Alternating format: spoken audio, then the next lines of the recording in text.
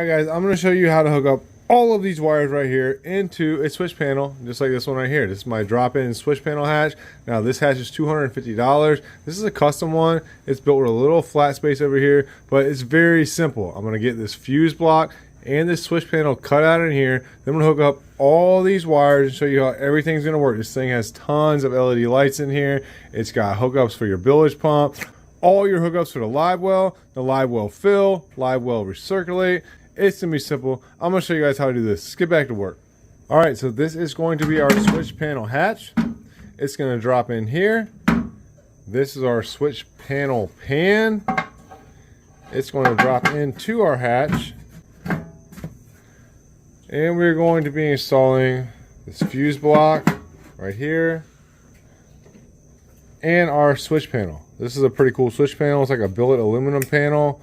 All these switches are going to have LED lights in them. I'm going to show you guys how to hook all this up. It's very simple. We're going to hook each and every one of these switches into a separate fuse in this fuse panel. Let's get back to work.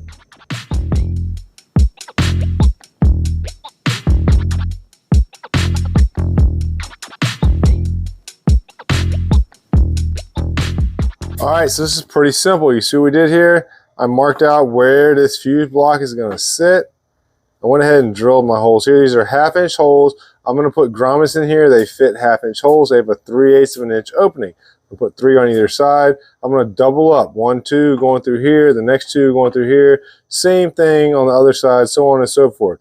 This hole over here and this hole over here, I marked these out at 3/4 of an inch. I'm going to drop in a 1 inch rubber grommet here, and that will allow me to run my main power cable on this side. This side is going to have all of the negatives going into this bus bar from all the electronics going on this boat.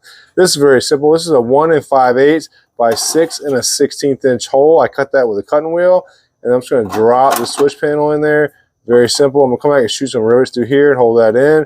I'm not going to do all that until I finish up all these wiring, because I need to be able to move all this stuff around. But it's very simple. After I finish up drilling these last 2 holes here and here, I will take this panel out of here. I'm going to paint this entire thing because I want it to look good. It's my only chance to really paint this thing. So I'm going to get that done before I start installing this fuse block in the switch panel. So I'm going to go ahead and pull this thing out of here, drill these 2 holes in here, and get this thing painted, and let's get back to work.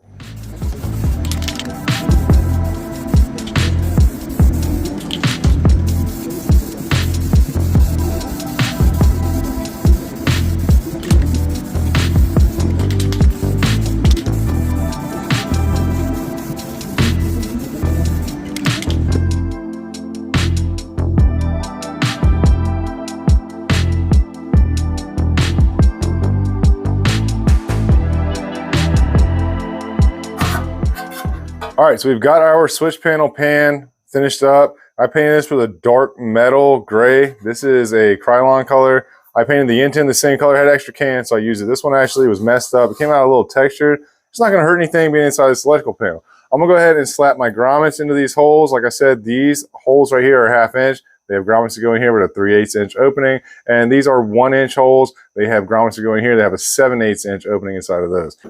So the first thing I'm going to do is install these grommets in here. Then I'm going to permanently mount my fuse block in here. The way I do this, I drill holes from this side through, and then I shoot rivets up through this back side to hold it in here. That way you don't have to worry about it coming out, getting loose, having bolts and nuts and stuff like that. It works out pretty good for me. And then I'm going to get the switch panel installed.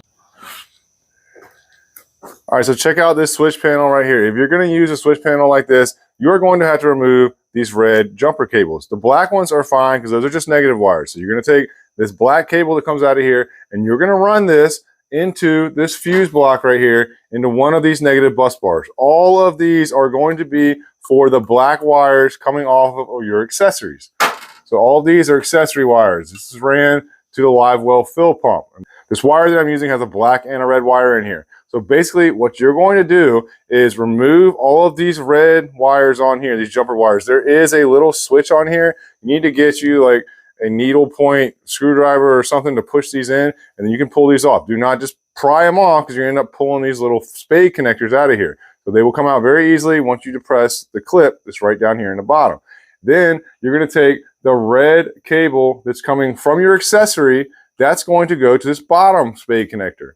These ones that you remove, you're going to have to run one of these into the fuse panel. All of these switches are going to go into this fuse panel. 1, 2, 3, 4, 5, 6. 1, 2, 3, 4, 5, 6. So I'm going to put these 6 on this side in a row with the switches. That way it's simple and you know which one goes to which fuse. It's very easy. You're going to run a connector from this point right here, and it's going to go down through this hole, and it's going to go into the back right here where this one is connected. And this is going to be the accessory that goes to your actual pump or light or whatever it is. And then the negative wire that's coming off of your accessory, you just trim that off, put a ring connector on there. That's going to come through the big hole, and it's going to go into one of these pieces right here. I'm going to get all this stuff hooked up, and I'll show you guys how I did it. Let's get back to work.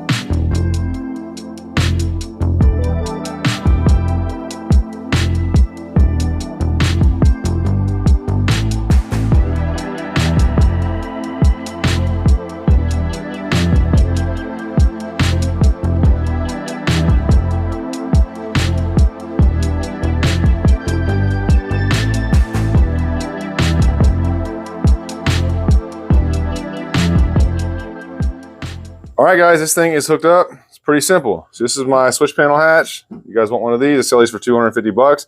I can make them any size you want. This thing is not screwed in. Look, if I pull this out of here, so you can see it's got this little lip down here, an angle on either side. And what you're going to do is come back and put a hole in here and screw down through here with a self-tapping screw. That way you can remove this. Everything is nice and neat, though. All these wires are labeled, which is very important. It looks like a lot of stuff, but it's really not that crazy. I mean, if you think about it, the whole purpose of the fuse panel is basically to put a fuse on each one of these switches. Now, all these 6 fuses over here, these can be used for anything you want. I did run 10 gauge wire into the fuse panel itself. That way, if you want to hook up a graph, you can hook it up off of here. You just put a fuse in here that's adequate for the graph that you want to use. It's very simple. But now that all this stuff is hooked up, I'm going to show you how I did this. These switches right here, this is basically his main fill. That's the pump that's in the rear of the boat. Second one is his recirculate pump. Now, I try to put those as close to the live well as possible because more than likely, those are the ones that you're going to be using the most. So when you catch a fish in a tournament, you want to put it in this live well, I would just recommend putting the plug in the bottom of this live well, obviously, and then hitting both these switches. And what that's going to do is bring in fresh water constantly, and it's going to recirculate the water that's already in there. Now, there is an overflow. You see it over there in the corner. So any of the water that gets too high will just overflow out the side. You don't have to worry about it. When I drop this hatch in here, I seal this up with silicone. That way, if the water gets too high, it's not going to come out. It's just going to end up going through that overflow. If you're splashing around, it's not coming out of here. It's a perfect way to set this up. The next 2 switches are LED green lights. We got the interior and the exterior. Now, these lights are sick. I put these on all my boats. I wanted to do green on this tracker just because I like the green ones, and it's going to match the colorway that we're going with. We got them on the outside, too. And these strips run all the way down from the front to the back of the boat. Then the next 2 switches, we got, this one is for our nav lights. Got nav lights up here. We also have one in the back corner. You can put one of those poles in with the 360 white light. And then the last one is the bilge pump. I like to put the bilge pump all on the outside, either one way or the other. That way it's easy to get to and you remember where it's at, because if you're using this, then you need to know where this thing is at. If you guys want one of these hatches, you can send me an email to professionalwelding@gmail.com and I'll build it any custom size you want. Like I said, they run around 250 bucks without the powder coating in them. This whole thing takes a lot of time and it's tedious running all these wires. Make sure you use heat shrink connectors. Even on these, all these are heat shrink connectors. But if you want to add something into this, it's very simple. If you want to add a fish finder, it's going to have a black and a red wire, basically a positive and a negative. So you're going to run your negative up into here, and you're going to run your positive up into here with a ring terminal just like these are right here, and then you're going to put the fuse in here. Now, if you're going to run a fish finder, they come with inline fuses. So take that fuse out and put the fuse, it's the same size right here so that it will work. And if you get interference, you might have to run it directly to the battery, but I've done it like this a lot and I haven't had any issues with them. So this is something that you guys can do. I have faith in you. All right, guys, so this fuse panel and switch panel wiring takes a little bit of time, and you got to make sure that you make all your connections right, because you don't want to come back and do this again. You want this stuff to last for a long time. You don't want to have any issues, especially not when you're out on the water fishing. It's going to mess up your fishing time, or if you're in a tournament, it could be very bad. You could lose some money. So make sure you take your time and do all your wiring correctly, double check everything, triple check everything, use heat shrink connectors for all of your connections, use good marine wire, and you shouldn't have any issues. I appreciate you guys watching. If you like this video, hit that like button, leave a comment. I got a lot of stuff going on, guys. This video was just something I wanted to share with you guys so you understood how I do this, because a lot of people ask me about these panels and how I run all this wiring. So I hope this helps you guys out. If you have any questions, you can hit me up at tricktensjohnbos.com, send me an email, theprofessionalwelding@gmail.com. If you guys want any merch, please go check that out. I got a lot of new merch that just hit the site. I got a bunch of koozies. I got some camo t-shirts.